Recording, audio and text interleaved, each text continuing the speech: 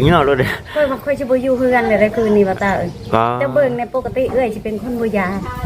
เมื่อคืนนี้โอ้ไปอยู่ได้บ่วะ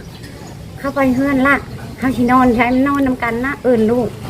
ก็บ่มานอนก็กระทำใจในใดก็สู้ว่าคันว่าแมลงข่อยยังอยู่บ่ได้ข่อยสิหาให้แม่มานอนนำบ่รอดคันเป็นแบบนี้บ่ตาอันนี้เจ้าเห็นโลดเนาะในตาเนาะเห็นอยู่ในตาหั่นน่ะ2 โมงมาเข้าคำผ่านย่างกลับไปกลับมากลับไปกลับมาแต้ว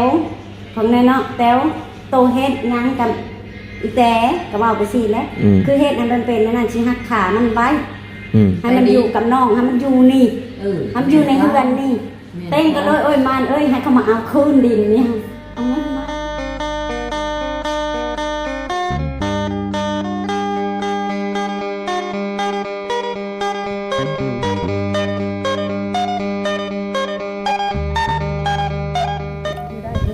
เนาะเอาสบายดีก็ได้นะ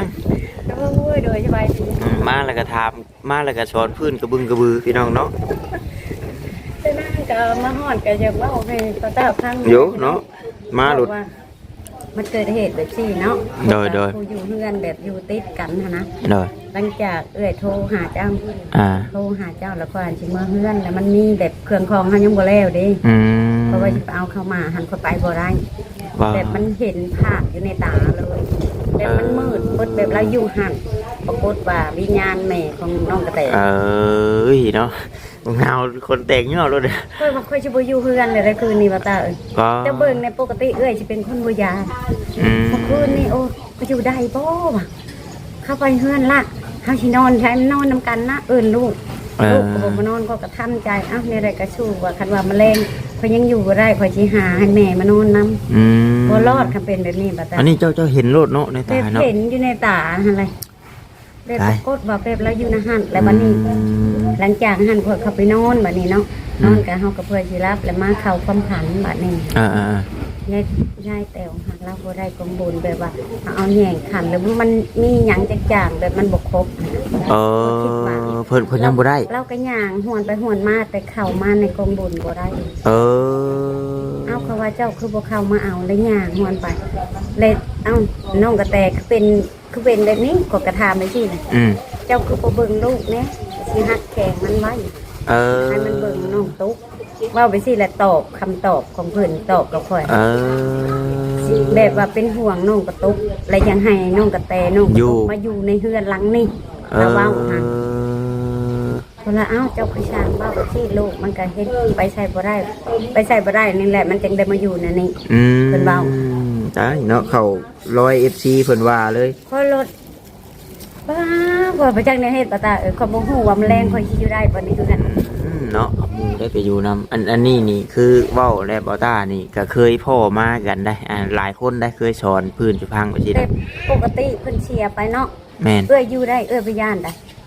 บัดมือเฮ็ดบุญนำเนาะแบบคืนนี่ปกติเฮ็ดบุญให้มันแล้วแหละให้สว่างไปเบิดแล้วบ่มีค้างคาแล้วหลังจากเกิดเหตุแบบสิก็ไปเฮือนพยาบาลแล้วก็โทรหาเจ้าโทรหาเจ้าแล้วกลับมาบัดนี้กลับมาในเฮือนแบบมันมืดแบบเห็นเพิ่นอยู่นะหั่นแบบแบบเห็นในตานะเนาะแม่นแบบมันเห็นในตาแบบในจิตในใจของก็แบบว่ามันแบบอยู่บ่ได้เลยนะลักษณะแบบค่อยหันมันสิชูบ่ไหวเพราะว่าคันเป็นอีกแบบคืนนี่แล้วค่อยหันบ่กล้าอยู่แล้วคงสิได้หนีป๊บปะเลยบ่มันก็เป็นตาย่านอยู่ได้เพราะว่ามันเหมือนเหมาะกันโลดสินะเด้อเห็น FC เพิ่นท่วงมาเนาะลูกเคยมานี่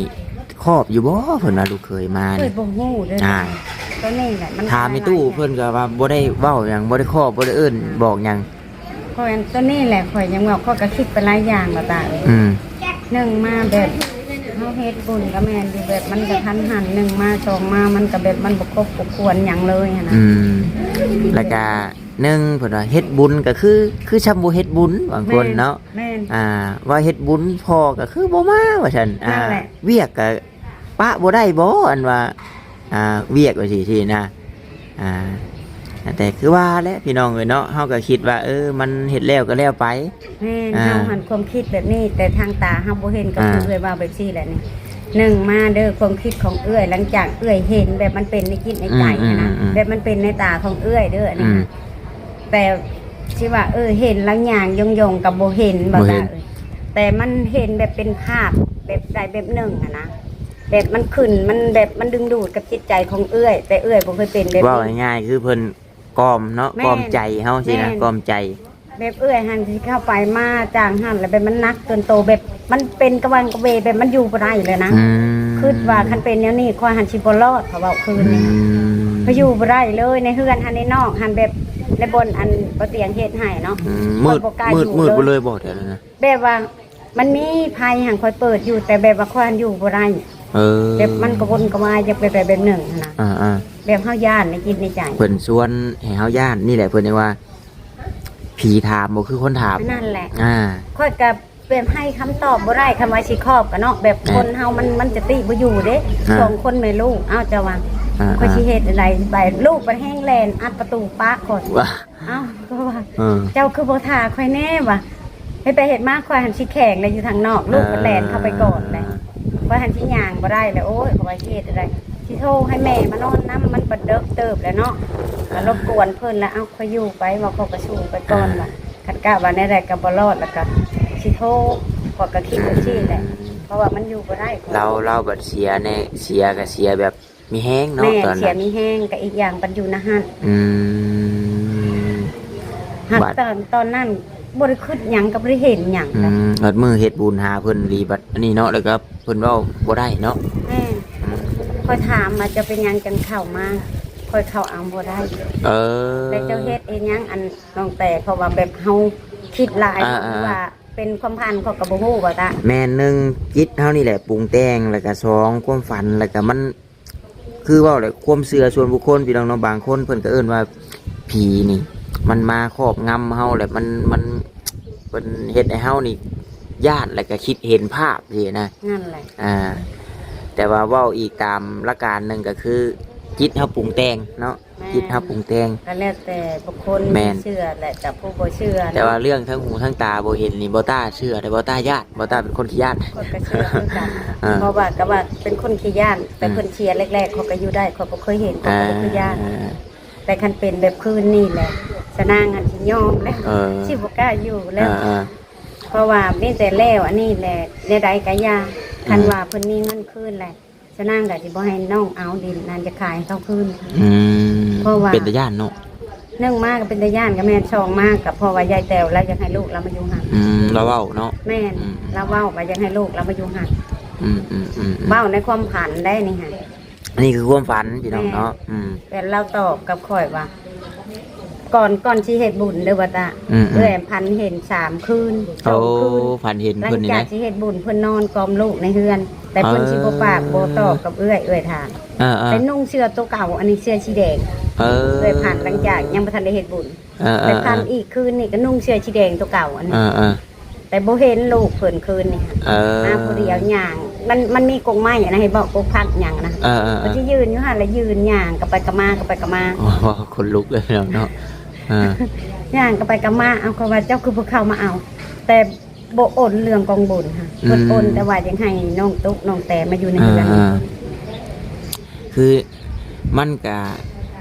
เป็นตาหน้าคิดได้พี่น้องเนาะเอ้าพ่อก็อยู่บนนึงลูกแต่ละคนอยู่บนนึงแต่กระจายกันบัดผู้ถือผ้าคาท้องเนาะนั่นก็ลูกน้อยอีกกับบริมานี่เอาจักไปมันรีได้พี่น้องเนาะมันก็เลยว่าอันนี้แหละ FC เพิ่นก็เลยว่ามันขออนุญาตเด้อบ่ต้าฉันเนาะบุญก็คือว่าบ่แม่นบุญเนาะลูกเต้านี่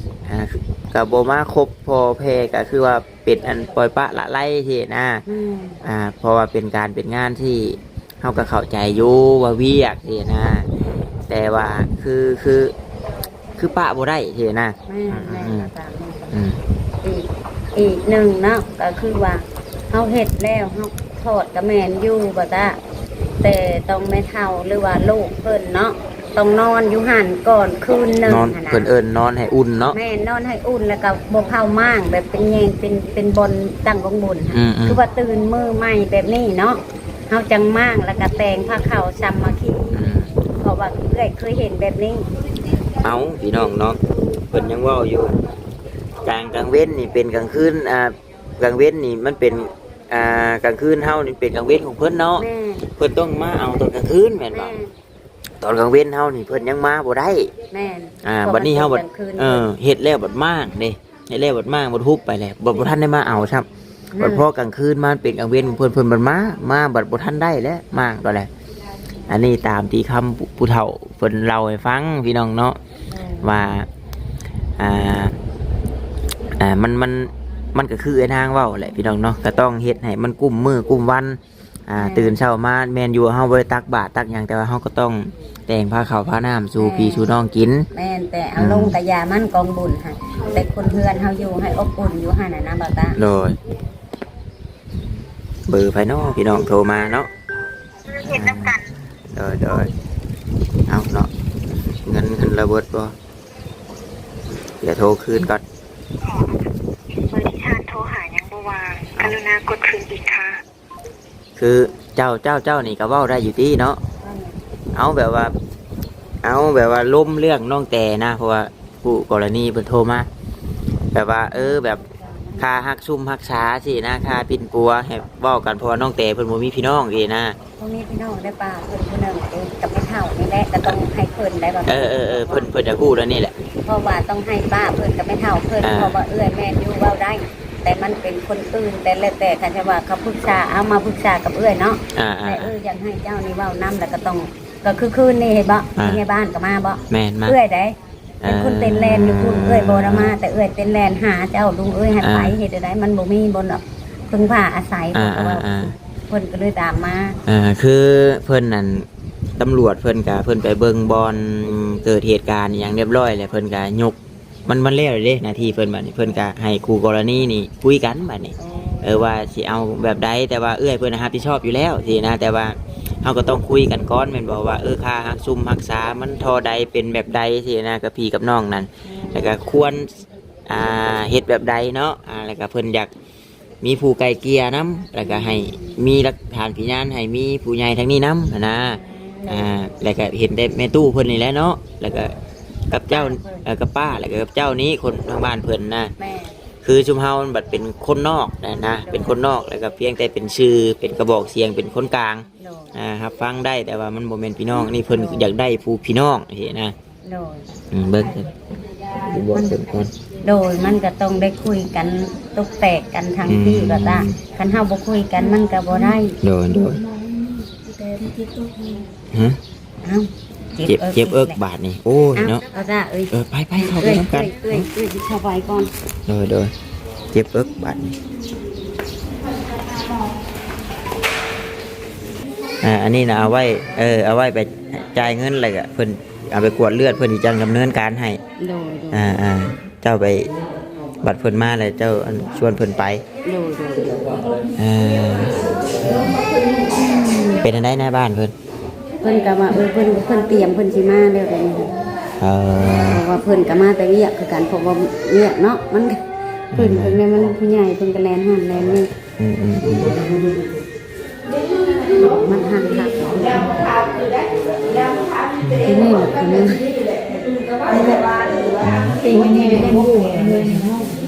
เป็นชื่อราคาประมาณผู้อันค่าหักเพราะว่าเฮ็ดงานนำกันกับเลย รถต่ำบ่ล่ะ ตามด้วยกันเฮ็ด อ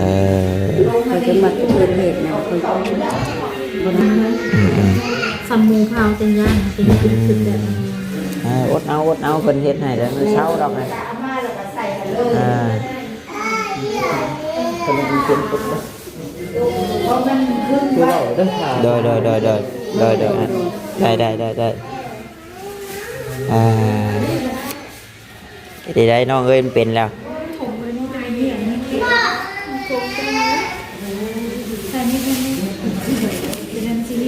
คือเนี่ยนี่แหละพี่น้องเนาะว่าอย่างมันก็ตามขั้นตอนได้เพิ่นสิไปดูจ้าให้มันก็บ่ได้เนาะมันก็ตามกฎเพิ่นเฮ็ดได้ซั่นคือเพิ่นบัดอยากให้มีผู้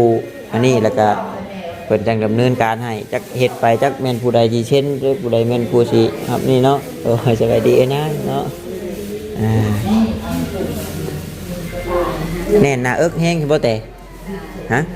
เจ็บเอิกบ่ บัดเมื่อคืนนี่บ่ได้เจ็บบ่เออยาระงับเนาะ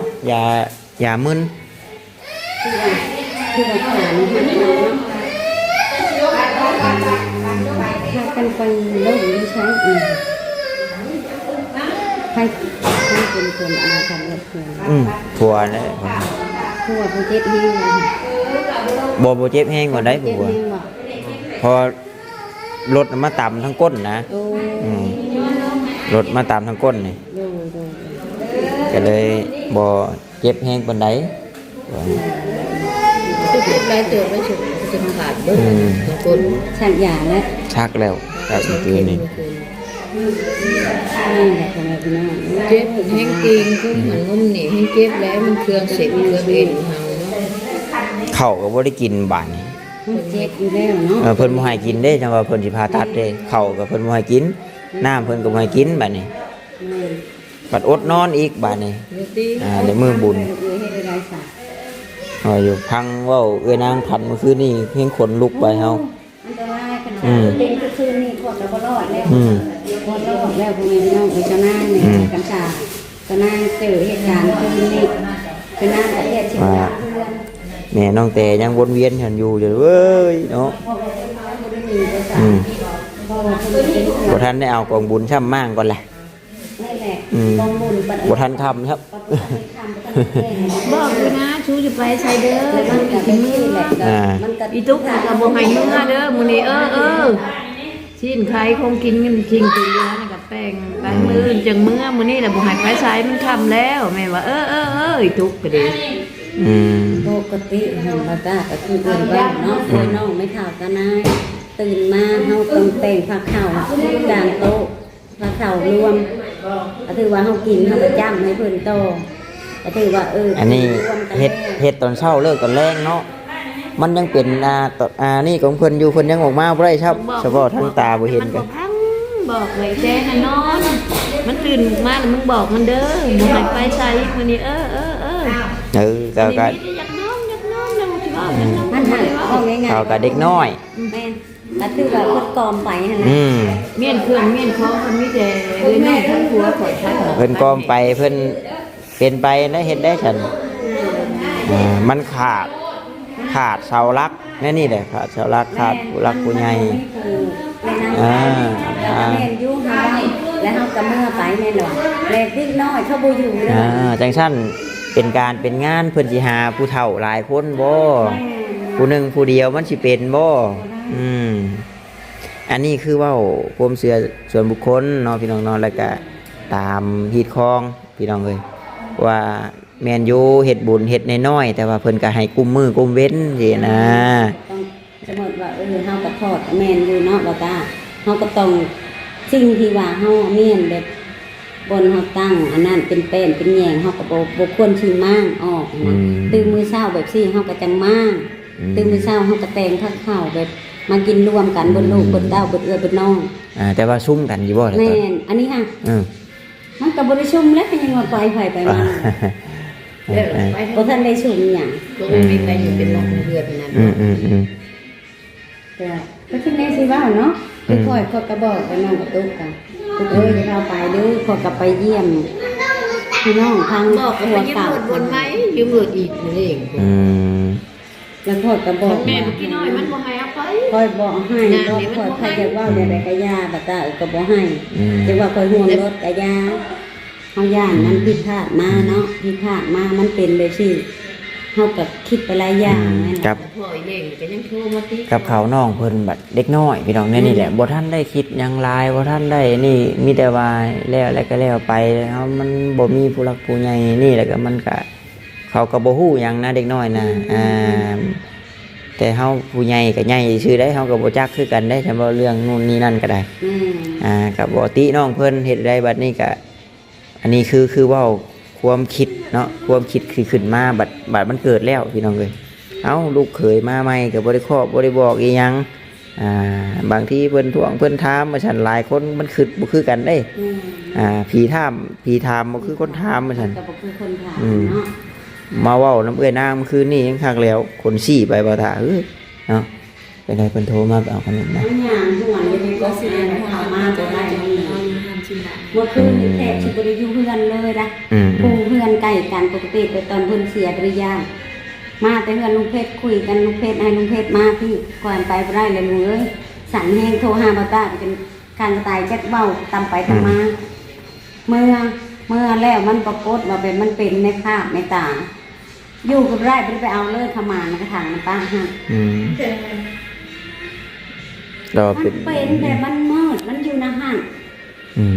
บนไฟไข่ นอนกวยอูลูกอยู่ยันเนาะบ่ให้ว่าถ้าคนลูกเด้ แล้วบอกว่าคันเป็นเนี่ยนี่หางกว่าให้สิป้าเฮือนแล้วมันเอ้ยมามานละมาสร้างนี่ถ้าเป็นแบบสี่หันเอื้อยสิได้หนีแม่แต่เฮือนนี่หันเอื้อยสิไปขอนอนมื้ออื่นก่อนว่าเพิ่นให้คันป้าเฮือนจังเฮงสิเป็นอะไรเนาะ อืม ตัวเนาะเอาเห็นบ่มีกินเฮาก็ปลูกเป็นถุงเนาะเอาไว้ก็ดี ค่อยก็เลยสิโทรเอาแม่ไปนอนนั่นบัด อืม คันเป็นแบบคืนนี่อยู่บ่ได้เลยป้าเลย เป็นอะไรเล่า ก็เป็นคือติงว่าหันแล้วติงมาหันแบบว่าเห็นปรากฏว่ามันมืดมันตึ๊บมันอยู่นะฮะมันบ่ไปใส่แต่มันหันบ่เห็นภาพแบบชัดๆนะฮะ เอาสิได้ คือเอ้าเลิกเรียกว่านี้ไฟดีมันเป็นจังว่างเลย เป็นนอน12 โมงมาเข่าคำผ่านย่างกลับไปกลับมา อืม กลับไปกลับมาเอ้าแต๋วของในเนาะแต๋วโตเฮ็ดหยังกับอีแต่ก็เว้าไปสิแหล้ว อืม คือเฮ็ดอันมันเป็นนั่นน่ะสิหักขามันไว้ อืม ให้มันอยู่กับน้องให้มันอยู่นี่ มันอยู่ในเรือนนี่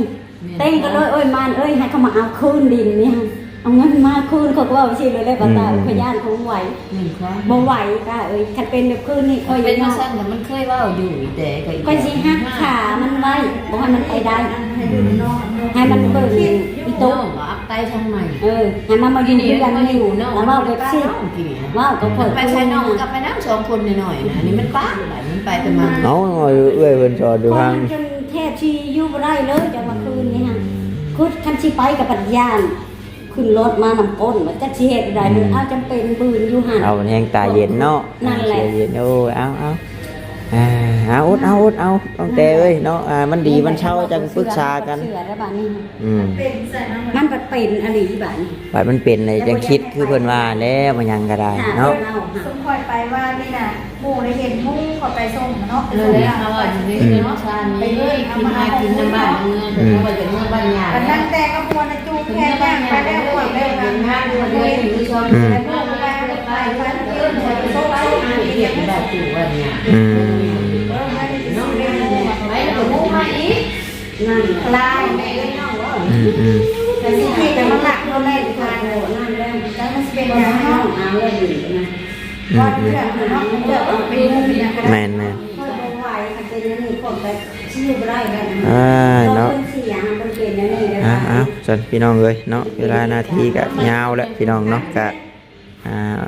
โอ้ล้มกันไปนี่แหละพี่น้องเอ้ยเบิ่งกันไปนี่แหละเนาะเอาได้จบคลิปก่อนบัดนี้ผู้ใดติดตามรับชมในคลิปต่อไปที่ว่าเรื่องกับความเชื่อนี่ก็คงบ่พอเชื่อกับบัดเว้ามาแล้วมันก็เป็นตาคิดได้พี่น้องเนาะบ่เชื่อก็บ่ลบหลู่คือเพิ่นว่าแหละเพราะว่ามันเกิดเลยเด้มันเกิดแล้วจังเว้าได้ ตอนมันบ่เกิดเฮาก็สิเว้าก่อนก็บ่ได้เนาะเอานั่นแหละเอาสบายดีสามีเนาะโดยพี่น้องเป็นกำลังใจน้องแต่เพิ่นให้เด้อพี่น้องเด้อเนาะถือว่าเอ้ยนางฝันนี่โอ้ยตาย่านหลายพี่น้องเอ้ยเอานั่นแหละพี่น้องสบายดี